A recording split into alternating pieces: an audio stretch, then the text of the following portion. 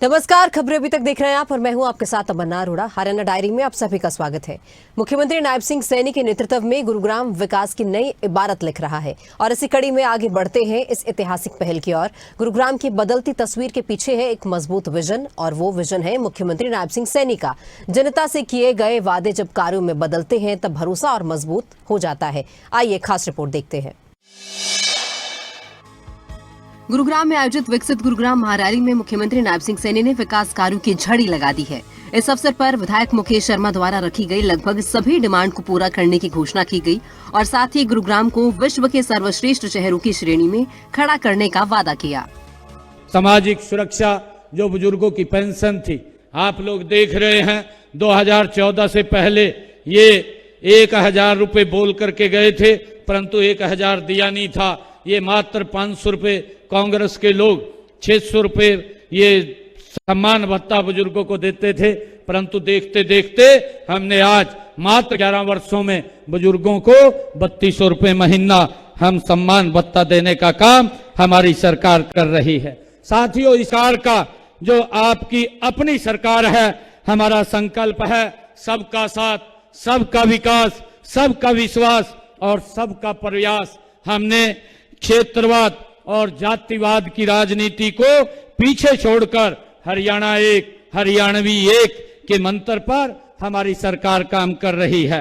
साथियों, मैं आज इस अवसर के ऊपर आप सबको पुनः विश्वास भी दिलाता हूं कि हमारी सरकार गुरुग्राम के विकास में कोई कोर कसर नहीं छोड़ेगी।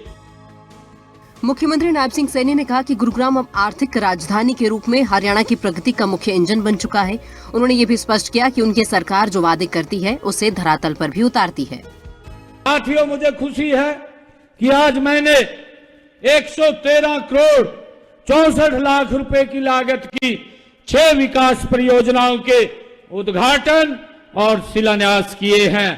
मुझे ये खुशी है कि इनमें 72 करोड़ रुपए और 96 लाख रुपए की लागत की 2 परियोजनाओं के आज उद्घाटन हुए हैं।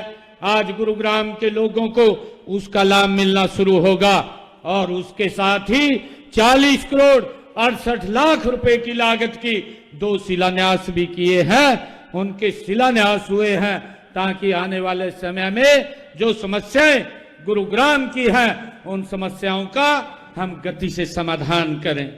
साथियों, मुझे खुशी है कि जब हम गुरुग्राम का नाम लेते हैं तो दुनिया के नक्शे पर एक नए विकसित महानगर उभरता हुआ हमारी आंखों के सामने नजर आता है। साथियों, ये वह शहर है जहां पर गुरु द्रोणाचार्य की शिक्षा और आधुनिक तकनीक का ये मेल होता है। मुख्यमंत्री ने बताया कि विधानसभा चुनावों के संकल्प पत्र में किए गए 217 वादों में से 54 वादे मात्र 1 वर्ष में ही पूरे कर दिए गए, जबकि 163 वादों पर कार्य प्रगति पर है। यही नहीं, आज इन्होंने गुरुग्राम में 113 करोड़ 64 लाख रुपए की विकास परियोजनाओं का उद्घाटन और शिलान्यास किया। साथियों, मुझे खुशी है कि आज गुरुग्राम केवल ये हरियाणा का ही नहीं बल्कि यह भारत की आर्थिक राजधानी के रूप में, ये प्रगति का एक मजबूत इंजन के रूप में हमारा गुरुग्राम ये आगे बढ़ रहा है। साथियों, हम सब जानते हैं कि यहाँ की जो बिल्डिंगें हैं आप लोग देख रहे हैं और यहाँ जो 250 से ज्यादा जो फॉर्च्यूनर हमारी 500 कंपनियां यहाँ उपस्थित हैं।